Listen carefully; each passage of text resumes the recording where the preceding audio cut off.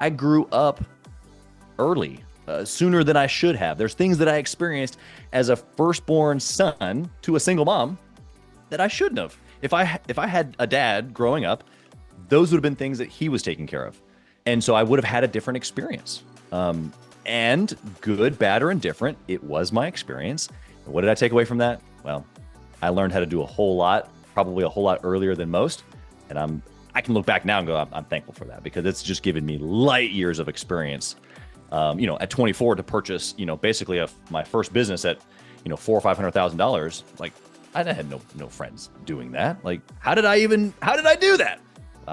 I'd been a grown man since I was 12. I'd already been doing the Yeah. thing. So your dad wasn't in the picture at all. It wasn't just like your parents were divorced and there was like a co-parenting situation. She was like on her own, Yeah. financial head of the household, no dad in the picture. Yes, that is correct. And I'm gonna drip a little piece here, and that way, if you want to come back to it, you can, because I know your backdrop and how good you are with questions.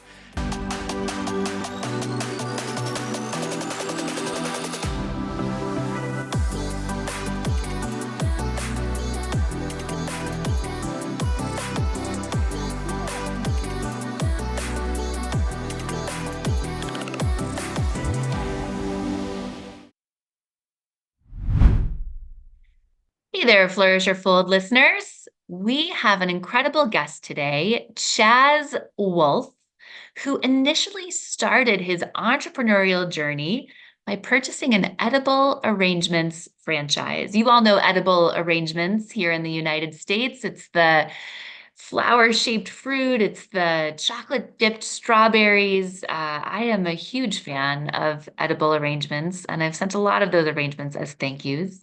Chaz grew up with a single mother and yet became a millionaire by age 29 before he even turned 30, and a multimillionaire by age 32. Today, with a decade and a half of entrepreneurial experience and as an investor, and 4 children and 16 years of marriage to his wife, Julie, we get to join Chaz to talk about living the exceptional life and the moment when he realized his life perhaps wasn't what it seemed. There, Flourish or Fold listeners. This is Dr. Taryn Marie, and welcome back for another incredible episode of Flourish or Fold Stories of Resilience. Well, we've talked a lot about my entrepreneurial journey and how it's not all candy and ponies, as many people think. It's not all fabulous vacations and Lambos either. And today I am so excited to have an incredible guest with us, Chaz Wolfe. And Chaz is literally the epitome of growing up in a way that he wasn't exposed to entrepreneurship. He didn't have the opportunities to sit at the feet of parents that were business executives. He is self-taught, self-made, and he's a serial entrepreneur and investor. And Chaz, I'm so happy and excited to have you on the show. Thank you for being here. Dr. Taryn, wow, incredible. Thank you for all of that. Some people get a little feathers ruffled by the self-made stuff, but I think we can get into that here today because you and I both probably have a pretty similar definition. But I appreciate that. There has been a lot of help along the way, of course, as I'm sure your listeners have feel the same way. But thank you for that. That was quite honoring. It's my pleasure. And I thought about that too when I said self-made. It's so interesting. You just did a post yesterday on LinkedIn that incorporated the African proverb, if you want to go fast, go alone. If you want to go far, go together. And maybe we could start there because in my experience, you know, nothing incredible, no sizable or meaningful contribution that we make to the world is done alone, is That's right. done in isolation. That's my perspective. And then I also think about, let me, sort of contrast that with Snoop Dogg's acceptance speech a while back, where he was like, And I want to thank me, and I want to Yeah, thank me, and I want to thank me for getting up early, for putting in the work, for believing in that's right. myself, for, being disciplined. And so there is a really beautiful, I think, in this world of entrepreneurialism, intersectionality of like, yes, there is a team of people behind us. And Totally. yes, we are the ones. So talk Yeah. to me about your perspective on that. Well, first off, I think you did an amazing job there of bringing these two worlds together. I think it's actually true. And the ones that, are soul into maybe thank me for all of the stuff, get a little flustered about like, well, no, I didn't have any help. I came from nothing. It's like, well, yeah, you're right. I literally came from nothing. But the other side of it is, well, how could you call yourself self-made? You had all this help along the way. Surely someone lent you a hand. You have a team, you have, people in your life, of course, right? And so you actually are extremely accurate in saying that it's both. It's both and. And I think that when we as entrepreneurs specifically embrace both, right? Because there have been times, and then there will be more times when it is just me in the room, being disciplined, choosing the things that I say that I want, and letting my actions back them up when nobody else is around me. That has to be me. That is self-made. That is me in the moment going, you know what? No, I'm going to do it. And I'm going to do what I said. And I'm not, there's no boss saying you didn't show up on time. Right. The other part of it is like the appreciation of people. Like this dynamic here is going to help not only the two of us, but whoever's listening, the people that are on my team or in different parts of my businesses. It should be a mutual value piece back and forth. I just was doing a team meeting yesterday with some folks on my team, and I literally said, like, I'm not naive to know that you're probably not going to work for me forever, and that's okay. And for this short period of time, it is my duty to help you become the best version of who you are, so that way you're prepared for the next opportunity whenever that time comes. And so it has to be mutually beneficial. Of course, I've gotten benefit from them because they do tasks and stuff inside the business or whatever. And I should be as equally valuable to them. And so I think you did an amazing job, beauty, making that beautiful picture of the two things together as entrepreneurs. We have to embrace it because no one's going to do it for you, but you also need a team. Yeah, I couldn't agree more. I think it's really powerful. And I love the perspective that you brought in about the mutuality of the people that are on our teams. Yeah. And people have different perspectives about this as well. Like my fiance says he wants everyone to be as invested as he is in the company. And, I fall more on the Gary Vee side, which is like, this is my company. This is my vision and mission for the world. And I'm taking on the lion's share of the risk, and I'm also taking on the lion's share of the benefit. And I don't expect, uh, the people that work with me and for me to be invested at the level I am. And there is this sort of mutuality, this reciprocity, where I do believe that we get to receive the help and care and expertise for the people that are on our teams for, a season or for a long term. Yeah. And that we also get to develop and give back to them. Yeah. Thoughts on that? Yeah, well, you actually we have two worlds again, right? So we've they don't have to be pinned against each other, just like the self-made and other people have helped me position. It's both and. You're 100% right. Zero chance someone in my teams or businesses should care as much as I do. It was my baby. I started it. Of course, this makes natural sense. However, I love the perspective of someone over the course of time can grow into this is also a vision that I want to run with. And I feel like this is my calling also, or whatever that language is that they might be trying to use. And so I have several different parts of my different organizations where people have, risen to, hey, like not only do I see what you're doing, but I want to do it also, not just as part of the team. Like I want to help you charge the hill. And so I think that there's this beauty between some people are going to want to charge the hill and take a bigger risk and be more intense about their commitment to the vision. And then others, it's it's a short season, and that's okay. Like as long as, I mean, we can get into like actual culture and probably, negative, like just clocking in, clocking out. That's not good. But if somebody is on the team and they're a good fit and they're a good person and they're good at their work, but it's only for a season, that's okay. And then there's something better for them, and there's someone else who's gonna fill that seat that I then get to impact in a positive way after that person leaves. Hmm. I love that so much. That's amazing. Well, of course, our show here, Flourish or Fold Stories of Resilience, is all about, you guessed it, stories of resilience. And so, Chaz, I wonder if you would share with us. I think it might be important for our listeners to just kind of have a sense of who you are, what you've built over time, where you've sort of invested as a serial entrepreneur. So maybe Yeah. if we could just kind of get that groundwork, that landscape from you. Yeah. And then I would love for you to unpack, one of your challenges, to give us a peek behind the curtain Yeah. into something that you have faced that was tremendously challenging for you and also has been part of forming you into the person and the parent and the partner and the entrepreneur that you are today. But before we dive into that challenge, I would love for you to just share a little bit more about where have you been investing as a serial entrepreneur, and how are you contributing in the world today? Yeah.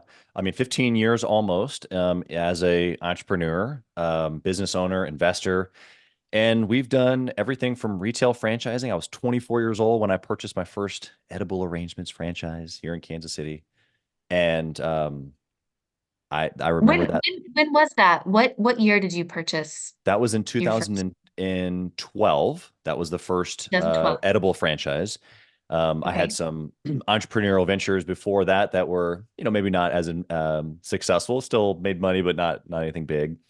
And but I remember that moment because I'm leaving a six-figure corporate salary as a sales leader and doing well. I mean, better than any of my friends that went to college. I was a college dropout and really the oddball, if you will. But here I am making more money than all of my friends and willing to leave it. And they already thought I was crazy. Then I was really crazy for leaving and buying this business.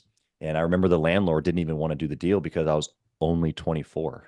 So anyway, you fast forward a little bit. In 4 years, I put together 7 locations of that brand, 3 different states, 65 plus employees. If you've ever been anywhere near an edible arrangements on Valentine's Day, um, you know that the world is centered around chocolate dipped strawberries for about 48 hours. And that's logistically difficult in that business. Just to give you an idea in that landscape, we would go from about 65 employees to, on those 4 days of the year, we would have over 500 employees. Wow. And so, yeah, some difficult organization to get all that done. But since then, we've done a couple of real estate companies. We still own those on the short term side, as well as just holdings. I have a real estate or a construction company. I also have a podcast. That's where Dr. Taryn and I got to meet originally, which is connected to the mastermind community, Gathering the Kings, and we do all kinds of fun stuff for entrepreneurs inside of that business. And yeah, here we are. The resilient story. Do you mean to just jump right into that, or did you want to lead on that? Asking, I do have a question. So Yeah. why edible arrangements? And let me just say that I am a huge edible arrangements fan. I mean, anytime you can take delicious fruit and put it in the shape of Right. flowers, it makes me happy. And I send edible arrangements, Yeah. as thank yous to lots of people. So I am a patron of edible arrangements. But That's what awesome. was it about edible arrangements and that franchise that in an array of opportunities you Yeah. chose to start there with purchasing your first store? Yeah. And so just to give you a little bit of the landscape to that decision was about 18 months or so of me looking at businesses.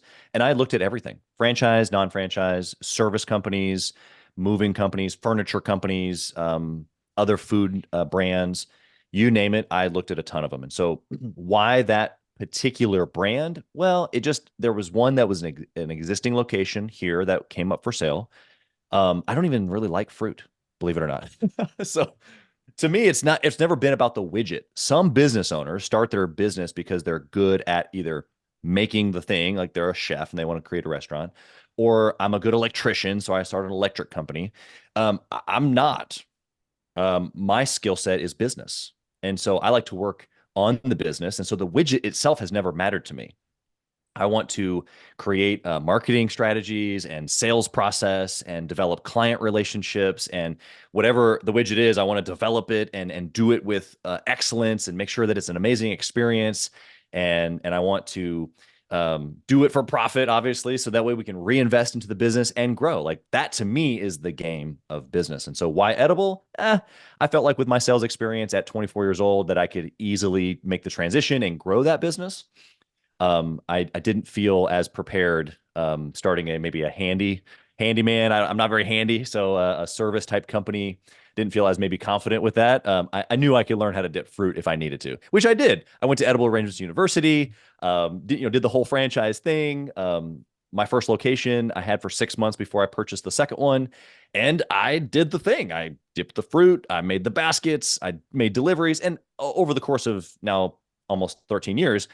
I have done all of that and scrubbed the toilets multiple times. So I always try to, have a well-rounded approach, not only to what I like literally know, but also so I can relate to my team. It's like, there's nothing in this store that I'm going to ask you to do that I literally haven't done myself. And so it provides for an opportunity for us to lead in a specific way, if that makes sense. So. Yeah, it sure does. And one more question. So I love this as your backstory because it's on your bio. You talk about growing up with a single mother. And it's fascinating to me actually how many entrepreneurs have that single parent story Yeah. in their background, Yeah. you know. And so I'm curious for you, you know, growing up with a single mother, you mentioned this in your bio. Um, how do you think that experience of growing up in a single parent household, how has that formed you as a person and as an entrepreneur? Yeah, well, I think that there's two pieces to that answer. One is what I got to see in my environment. And then the second piece is what did that build inside of me because of what I experienced or what I saw? And so what I saw inside of the single mom experience was an unbelievably hard worker. I mean, 2, 3 jobs my whole life, still today. You want to talk about somebody who is a get it done type of person. Boom, like one name comes to my mind.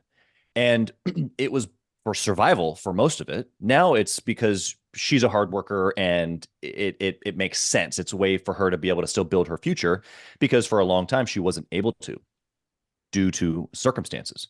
And so there's never a moment in my life where I can think of when she quit or gave up or rolled over or surrendered. Like I don't even know if she knows how to do that. And then I think having 2 kids exaggerated that feeling of not only survival, but now like I'm all in for my kiddos. And so extremely intense, extremely, you know, just a force, really. And so that was my experience going, holy moly, like there's no excuses in life, period. Like, don't even think about giving an excuse because at 7 a.m. on Saturdays, we were cleaning, period. Like, even in all the chaos of a single mom and multiple jobs, 7 a.m., it was every Saturday, it was cleaning time. And as a family, we did that, me, my sister, and my mom. So it was like, how can you be so disciplined in such a chaotic world? That's my mom. Now, my takeaway from that, the things that it built inside of me, resilience, right? Like I saw her just freaking keep going. And so what that gave to me was permission to keep going. Like it's okay. It's okay that it might hurt a little bit. It's okay that this moment sucks a little bit. It's okay. You're going to be all right. Keep going. And David Goggins, which is probably a pretty extreme example of this, says you're not going to die. It like he's been in that scenario where he's just running and yes, his shins are broken, but I'm not going to die. It's like, wow, that's pretty intense. So if I can like dial that back to my experience, I didn't have broken shins, but man, there were sticky situations, even as an adult. It's like, man, this is a hard moment. but it's okay. It's okay that it's hard. It's okay that I feel that it's hard. And it's also okay that I just keep going. So I got a ton more on that. There's a lot of who I am. Obviously that comes from that environment. I grew up early, sooner than I should have. There's things that I experienced as a firstborn son to a single mom that I shouldn't have. If I had a dad growing up, those would have been things that he was taking care of. And so I would have had a different experience. And good, bad, or indifferent, it was my experience. And what did I take away from that? Well, I learned how to do a whole lot, probably a whole lot earlier than most. And I can look back now and go, I'm thankful for that because it's just given me light years of experience. At 24 to purchase, basically my first business at, $400,000 or $500,000. Like I had no friends doing that. Like, how did I do that? I'd been a grown man since I was 12, I'd already been doing the thing. Yeah. So your dad wasn't in the picture at all. It wasn't just like your parents were divorced and there was like a co-parenting situation. She was like on her own, Yeah. financial head of the household, no dad in the picture. Yes, that is correct. And I'm gonna drip a little piece here, and that way, if you want to come back to it, you can, because I know your backdrop and how good you are with questions. We don't have to go there though. At 24, I met my dad. I was told somebody else was my dad. He was in and out of prison, and so I never called him dad. That was basically the situation. That guy over there is your dad. He was never in my life. Like the two The times he guy, popped the guy in, in prison, the guy that was in and out of prison wrong guy. your was the first Yep. person that you were told Yep. was your dad. Yes. And so no relationship. Never called him dad. And he was not in our lives, right? But when I'm 24, I get some new information. I find out who my dad is. We meet. We now know each other. Wolfe, my last name today, as you see it on this screen, is my dad's last name. I changed my name about 13 years ago when I met my dad. So there's a whole nother story there. But what we're talking about is single mom upbringing, which is 100% what you just said. No dad in the picture, zero. She was 100% all in. Okay. Okay, so what happened with the meeting of your dad? I know. It's so hard to just drop that and then not steal the show. But We gotta I go. Everybody who's listening is gonna be like, you gotta what? go there. Yeah, yeah. Well, I just derailed everything that you were trying to do there, but No, no, we're um, building the track as we go. We can't okay. possibly go off the track because we're just Yeah. generating it here together. All right, cool. Sounds good. For all of you listening in to Flourish or Fold Stories of Resilience, I want to share with you an online course that we have on our website. We're going to go ahead and drop the website in our show notes, or you can go to www.resilience-leadership.com and check out our offerings. We've got an incredible course for you called Flourish, the 5 practices of highly resilient people. So if you love what you're learning about in this podcast, if you love these conversations on resilience, if you love hearing about how you can more effectively face the inevitable moments of challenge, change, and complexity, or the 3 C's as I call them, in your life, then go ahead and check out our online course, Flourish, the 5 practices of highly resilient people, because what you are going to find is a one-on-one tutorial with me around each of those 5 practices, as well as an introduction and a conclusion. We've got hours of content that is going to allow you to engage in direct coaching and learning with me on the 5 practices. Go ahead and check it out, and I hope you'll join us in our online course, Flourish, the 5 practices of highly resilient people. Yeah, so I'll give you a high level, and then I'll take us wherever you want to go with it. But yes, I got some information. Basically, the story goes like this. I was actually going to reach out to the guy who I thought was my dad. And like I said, he wasn't really in my life. I never called him dad, but there was a couple of touch points in my life where he would kind of pop in and be like, I want to be with my son. And I didn't never had a bad attitude about it. I was just always like, here you go. Here's my number. It's up to you. And of course, he disappeared for several years and never corresponded. So this was one of those moments. I'm 24 or so. He's reaching out. I want to talk to my son. So I'm talking to my grandma and telling him that I'm actually going to travel to where this guy is. I haven't seen him in years, like 15 or so years. I'm going to take him to dinner and I'm going to tell him just that, look, that I honor you, that I'm forgive you of anything that maybe you're holding on to. Like, I'm good, you're good, God is good. But like, you're like, good. I'm just gonna bless you, take you to a steak dinner. And I'm telling that to my grandma. She's like, but there's this guy that I've always thought was your dad. Kind of, olive skin like yours, dark hair. And so through some data collection, I find out who this guy is, and it takes me 11 What is phone calls over. data collection? Well, I mean, not too much, honestly. Was I asked a couple people, my mom, one of those people included, of like, hey, you dated this guy, what's his name? And then a bunch of research. Like you said before we popped on here, you did research on me, of course, as your guest. I did. I knew this guy's everything, except for the fact that he lives in central Nebraska and kind of hard to find. um, but I knew enough about him, and I had a picture. This will be funny, depending upon how your editing goes. I can maybe send you this picture, and you can like put it into the editing. But anyway, I find this picture. He's 26 in the picture. It's when he graduated veterinarian school, in the city that I was born.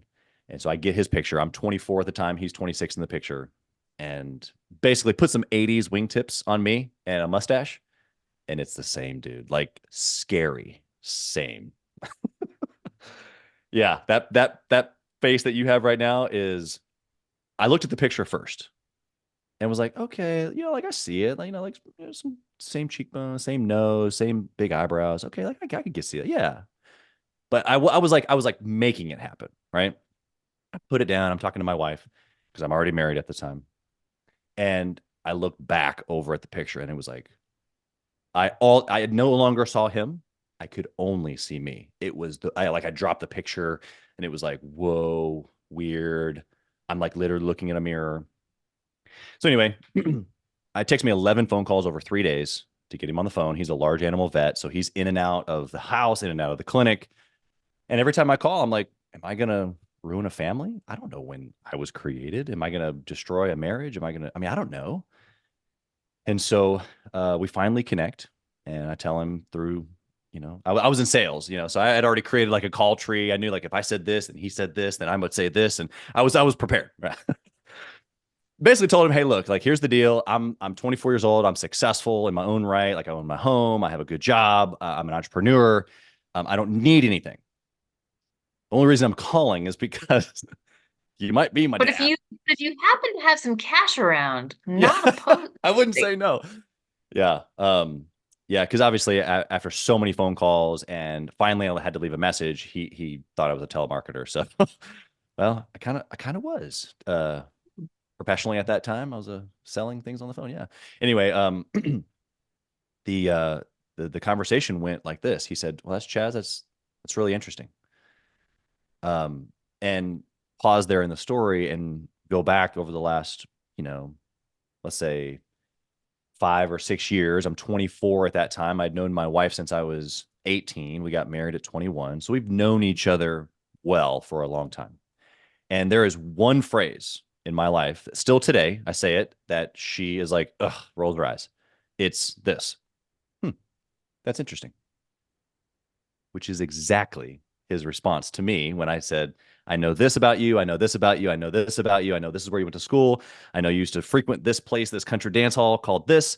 And I've pretty good reason to believe that you might be my biological father. He said, hmm, Chaz, that's really interesting. Yeah. Come on. It was pretty crazy. So we do a DNA test. I find out later I called him with the results. It was like, I don't know if you've ever been a part of an experience like this, but it was literally like I 99 have been a part of no DNA no. testing, and I don't know our audience's level of familiarity. So maybe just give us a Yeah, baseline. paternity, maternity, you can literally double check to make sure who your ma or pa is. And so here's this guy. I think he's my dad, and we do a DNA test. In fact, actually, in that first conversation, I said, I'm just trying to say, I'm just like, I don't know what to do here. I just don't want to like push you away, really. And he was like, well, no, I understand. I was like, I can send you information about me, like whatever, however you want to go here. And he was like, well, actually, what I think we need to do is I needed to go talk to my wife and I need to let her know what's going on, which was super admirable. And then you know, we did do a DNA test and find out if this, like, because if I am, then that's one thing. If I'm not, then you need to keep looking. And so anyway, we did the DNA test. I don't know if they all come back like this, but it was like 99.999999999, like all the way across the page. I don't know if that's normal or if it was just like, no, for sure, this dude is your dad, no questions. And so we meet about 3 weeks later. And I mean, that was just the beginning of obviously something very beautiful. He's an entrepreneur. He owns multiple clinics. He's got cows and land, and he's always constantly thinking about doing more. And it's like, oh, okay. Chaz is this mixture of what he got from a single mom experience mixed with DNA of another entrepreneur high performer that I had no idea I was even like. Wow. That's so much better than that prison guy, Yeah. Yes. Yes. right? Yeah. I Yeah. mean, Were you like, no well, incarceration in my future? yeah. It's interesting because I think that, the hope there for the listener is that it really wouldn't have mattered for me, right? It wouldn't have mattered if that guy was my dad or not, because I had already chosen that I was going to be successful and that I wasn't going to be in and out of prison and make those types of just, decisions. And so I had already written that off years before. Even my wife was like, well, don't you want to like do a DNA test with this guy and find out for sure? And this, that, and the other. I'm like, you know what? Honestly, what does it matter? He either is, and I don't necessarily want him in my life, or he isn't. And I don't know. I don't have any other choices. So like, what is it? What new information does that bring me? And so I had already made the decision. Like, Chaz is going to be Chaz, and unapologetically, I'm going to go this way towards what I believe success is for me. And what does it matter? So, of course, now filling in the gaps, like, it's a cool story. It's a really cool story, but for the listener, because I've met several people who similar situation, and they meet their dad, and the dad hangs up the phone. Like, I don't want to talk to you. Click. Like, that could have been a possibility, right? Or maybe they've never met their dad, or it's all these different circumstances.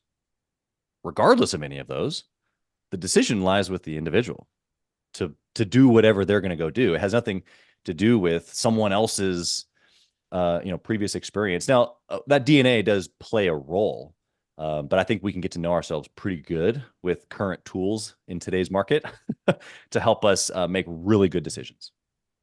Yeah. I mean, I don't know how far we'll go down this path, but it brings up a really interesting conversation around nature versus nurture. Oh yeah. And I'm a huge believer in the fact that we can break with the cycles of our family and our parents and our ancestors. And I think the entrepreneurial story of so many people is, becoming the one, right? Yeah. As Ed Yeah. Milet says, in our family, who breaks the cycles, who breaks free of, whatever has occurred or transpired, and becomes the one that, elevates themselves and consequently the family, toward generational wealth and opportunity that has not existed, Yeah. inside of this family system. Totally. And I believe that wholeheartedly. Yeah. And I talk a lot about the fact that it takes many people to perpetuate a cycle and only one person to break it, Yeah. That's right. right? And at the same time, you called up a guy you'd never met who was living in central Nebraska. I think the vast majority of people could not point to where central Nebraska is in a map that does not have the state names, right? Yeah. Probably. Who's an entrepreneur, who's always thinking about doing the next thing, Yeah. and with whom you share the same catchphrase. Yeah. And a lot more than that. That's for sure. Um, yeah. We're obviously different individuals. There's a lot of difference between us. but there's scary similarities too. And so you're right. It's funny because this exact conversation, he's a veterinarian. He's medically trained, like veterinarians are the doctor and the pharmacist for animals. And so it's like they're way smart. And And it's not just one animal, right? right. Like any Yes. physician is like just treating a human, you Yep. know? Veterinarians are like, here's my guinea pig, here's my horse, how about my llama? Here's my cat, It's Literally. here's my Every porcupine, you know? yes. Yeah. What's wrong with my And dolphin? yeah, you just want to talk about an extreme level of intelligence. And so he even said Amazing. this. He was like, before I met you, I probably would have said 75% environment, 25% DNA. He's like, but I don't know now. Like maybe it's the opposite. Maybe it's 75% DNA. He's like, this is just crazy. This is just so crazy. So I don't know if it's quite 75% DNA. I think that takes a lot of my choice away, and I'm not prepared to agree with that. Um, but I think that there's something to say about, we are who we are, obviously, but it doesn't mean that we can't change the trajectory, like you've already said. The reality, though, and this is the truth for the listeners, is I can change anything. The amount of inertia or energy that it takes to change it is now the That's right. variable, right? That's right. And Yeah, so most people don't change. Most people stick with the DNA that they've been given because it's easier. Now, whether they actually like are consciously choosing that or not, I don't know, but it's just the amount of force that it takes to be the one that you're talking about is so big that most people just never become the one. It's just easier just to fall in line with what you've been given. And so, whether that's an entrepreneurial spirit, whether that's just I'm going to do things differently, like whatever that is in your listener, because I guarantee you they've got it. Otherwise, they wouldn't be listening to a show about resilience. um, it's going to take a massive level of not only just energy, but resilience through it in order to create the change in you and then therefore in your circumstances. And so I think that if I had to kind of put a cap on the story here, it's like, yeah, okay, yeah, I find go figure. My dad's a serial entrepreneur, and we say things alike. We kind of look alike. The fact that I'm 6'5" and he's 5'9", that's probably the only difference. That's kind of a big difference. But outside of that, we're like the same human. It's kind of crazy. But it's like, well, wait a second. But what if I chose differently? It's like, well, I did actually. I did choose differently. I have chosen differently. So anyway, I just want to give that hope, really. I love that so much. Yeah, I agree with you. I think we are the masters and the mistresses of our own decisions and the choices that we make. And, a series of small choices, adds up over time to create something big. And when we come from a bloodline of people that have not had the opportunity to break free of those shackles or those cycles, there's Yeah. an incredible amount of energy and effort that a person exerts to be the one, Yeah. to break those shackles. And Yeah. and yet, I think if we believe that DNA is the full complement of our destiny, we've really missed um, the value and the power of human choice and mindset and the ability to change. Yeah, just to put another almost exaggerated example on this, the part of the story I haven't shared yet is that I have a younger brother, three sisters. My dad's married. He has a great marriage. She's an amazing woman, and so aunt, uncle, cousins, grandma, grandpa, like this whole other family that I didn't know. But my three sisters and brother that are from the Wolfe family, the oldest sister, they're all younger than me, so there was no cause, no problems in the marriage, no issues in the family breaking up. I wasn't an issue. But the oldest is a veterinarian. My dad's a veterinarian. The oldest is a veterinarian. The second oldest is a pharmacist. The third oldest is getting her master's in psychology. And the fourth, just this month or next month, is graduating from veterinarian school. So doctor, soon to be doctor, and doctor. And so we've joked around the table of, like doctor, doctor,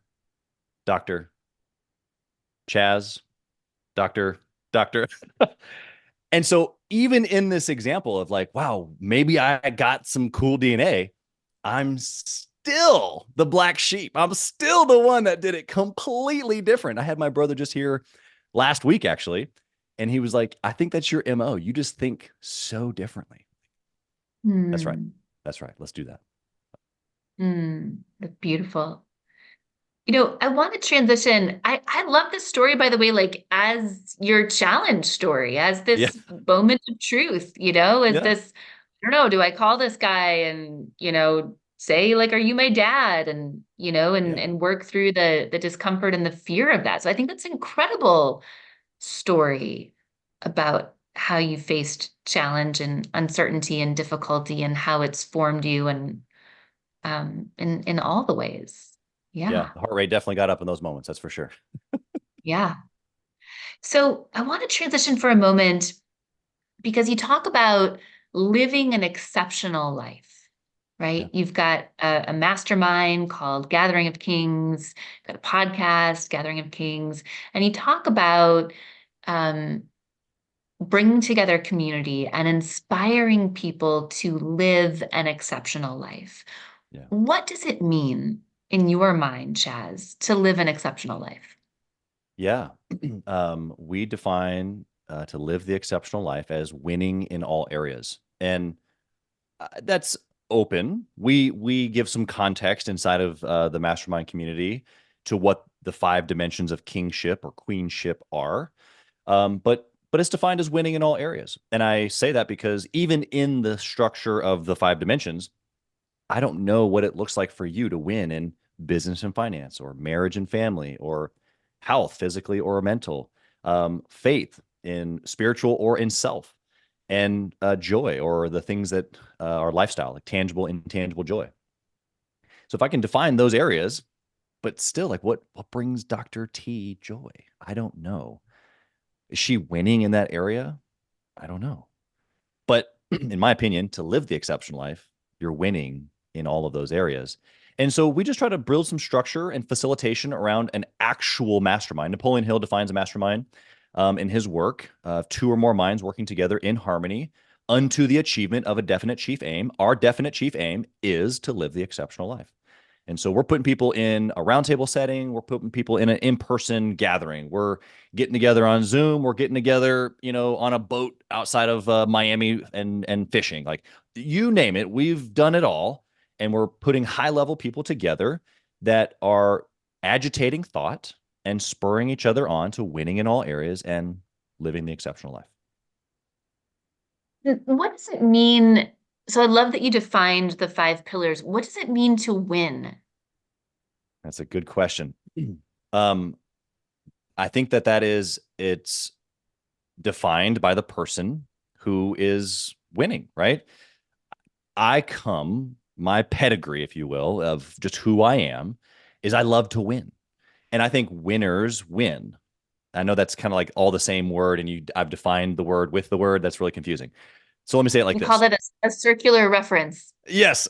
And I know that's not allowed, but I did it anyway. But so here's what I mean is there can be a today I got up on the time that I said I was going to. That can be a win. But if I have mastered that, is that a win? Maybe it was a win, but maybe it's a win for somebody listening today, right? And so I think it's based on the person who's making the definition is really what I'm trying to say. For me, right now, one of the areas that I'm winning in, let's just say, is in my marriage. The last year, I have been extremely intentional, like more than I ever have been. We've been married for 16 years this year. And over the last 12 months, I have done some very, very intentional work. Part of a visualization, things that I'm doing for myself so that the person that I show up as husband is incredible for my wife, Julie. And the result of that, even the reciprocation of that has been just mind blowing. But I know I'm winning in that area because I'm setting targets and I'm doing it. I'm doing what I said I was going to do. So maybe that's how you could define it. But um, how you win in your relationships or how you win in your money, is it making $1 million? Is it making $1 million a day? I don't know. I don't know. but you can define that. And there's quality, there's progress inside of those things. Like, how are you grading this, right? Am I the effort that I'm taking, is it quality effort? Am I making progress in these things? Is this a 30-year thing that I'm really looking at, but am I making progress? Because as you say, like, the journey really is the thing. Am I making progress today? Like, that's winning, in my opinion. Mhm. Yeah. So it seems like you can really set the standard, for winning, right? You can say, hey, this is my standard, and then let me meet it. Um, I have a bit, it's interesting. I have a bit of a different perspective, I would love to hear it. and I wondered if there might be something to this different perspective just based on our gender. Could be. Because I do not believe that I can win in all areas simultaneously. Interesting. Yeah, let's talk about this. If I am winning to the standard that I have, now granted, I could lower that standard, but if I'm winning to the standard that I have, call it at work, Right. in my career, I am not winning at the standard that I have for the mother and the parent that I want to be. I'm not home as much as I want to be. I'm not having dinner with the kids as much as I want to. I'm not cooking for them as much as I want to. It's more ordering out. I might be missing, one of an array of baseball games in the season, but I have that standard as a parent, right? Right. And if I'm winning as a parent and showing up and being totally present and going to all the things, I'm not winning at the level that I want to be contributing in my career. And of course, faith and spirituality and fitness and health, you know, comes in there as well. And I want to speak from my perspective. And I also find this to be very true of women, that there's this sense of, you know, I'm not able to win in all areas. I'm choosing today to win in this area, to invest here. And tomorrow I'm going to choose a different area to win. But that simultaneous win, like I haven't found a version of my experience where that is yet possible. Yeah. Yeah. Well, that last sentence that you just said is the absolute truth, right? It's based on your experience so far. That is your current belief. And whether it is true or not true, it's your experience. And you need to be honored for that because that's how you're currently experiencing it. And I think that actually you opened that up beautifully at the beginning, whether it's because I'm male, you're female, or whether it's because of our experience, like whatever that reason is, your experience has been different than mine. Now, I would say that my experience was like yours, that I felt like it was one or the other, or like like a balance, right? And people talk about work-life balance, and I just say throw that out the window. It's work-life obsession.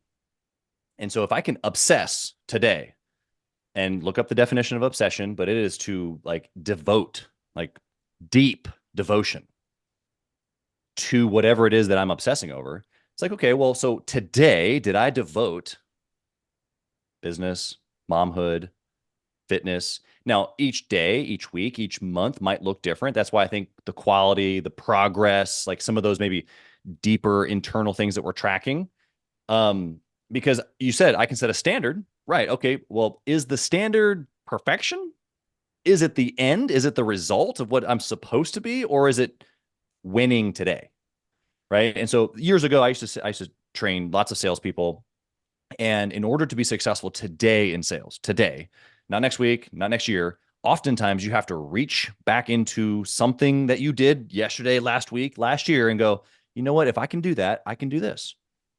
And those moments, those resilient moments, we pull them out of the cookie jar and we remember what it feels like. And it's like, okay, well, I can win today.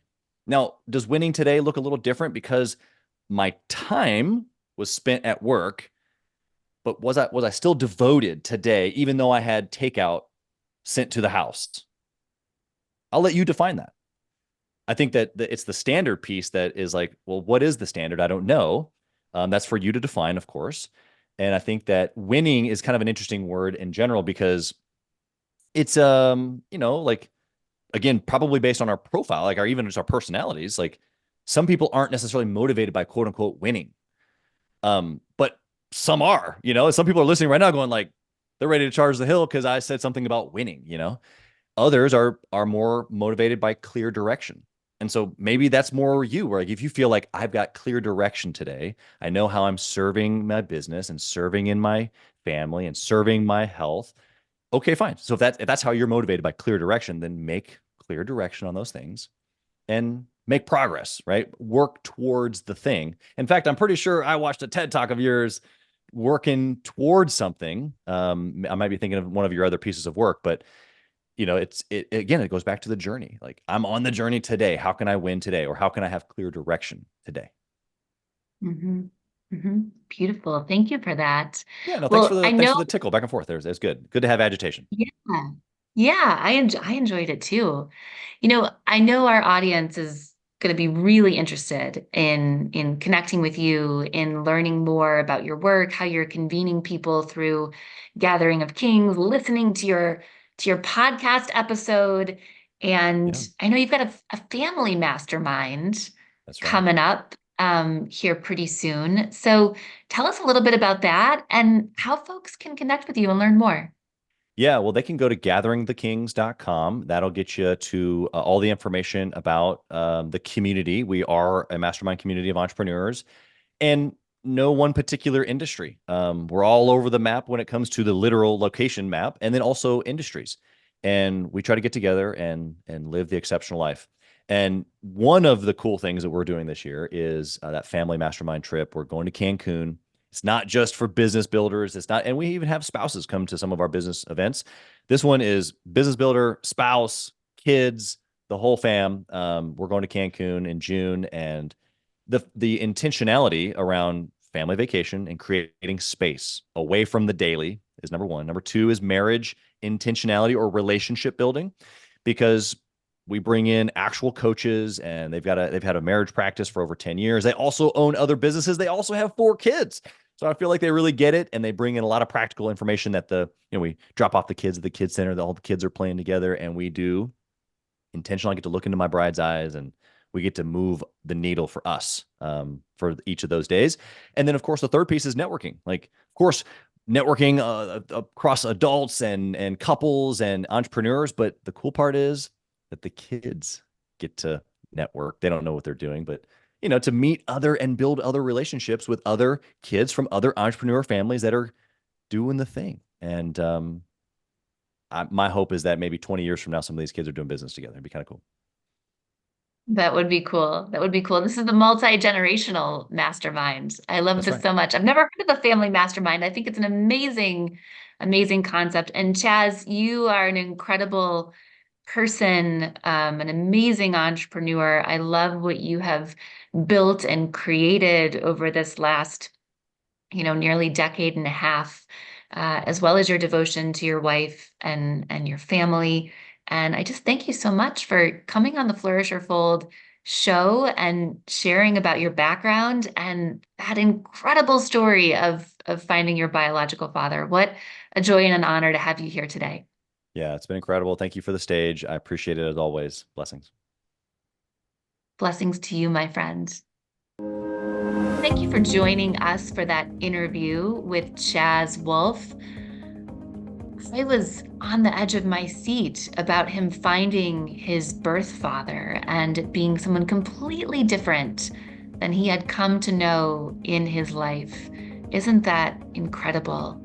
And one of the things that I think is fascinating about the work that Chaz does is he actually is in multiple industries: real estate, home service, franchising, hospitality, consulting.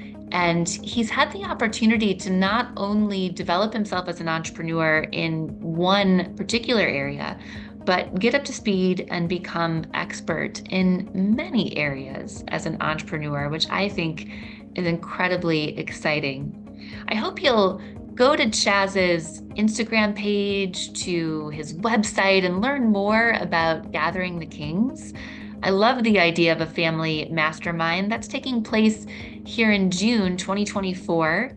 And it sounds like an incredible experience if you're able to learn more and make it. I'm still going to be thinking about this idea of winning in all areas. As a woman, I don't feel like I'm ever winning in all areas. Maybe that's because I have incredibly high standards in all areas of my life, and it requires a complete devotion to one area to be at the standard that I want to be. And yet, I think there's something here about many women grappling with being the linchpin, the connector of their families, with having really big roles, and never feeling like every area of their life is firing on all cylinders.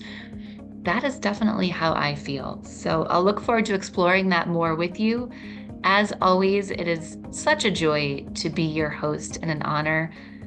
Thank you for showing up as a listener. Thank you for sharing this podcast with the people that are most important to you in your life. And until next time, this is Dr. Taryn Marie from Flourish or Fold, Stories of Resilience. For all of you listening in to Flourish or Fold Stories of Resilience, I want to share with you an online course that we have on our website. We're going to go ahead and drop the website in our show notes, or you can go to www.resilience-leadership.com and check out our offerings. We've got an incredible course for you called Flourish, the 5 Practices of Highly Resilient People. So if you love what you're learning about in this podcast, if you love these conversations on resilience, if you love hearing about how you can more effectively face the inevitable moments of challenge, change, and complexity, or the 3 C's as I call them, in your life, then go ahead and check out our online course, Flourish, the 5 Practices of Highly Resilient People, because what you are going to find is a one-on-one tutorial with me around each of those 5 practices, as well as an introduction and a conclusion. We've got hours of content that is going to allow you to engage in direct coaching and learning with me on the 5 practices. Go ahead and check it out, and I hope you'll join us in our online course, Flourish, the 5 Practices of Highly Resilient People.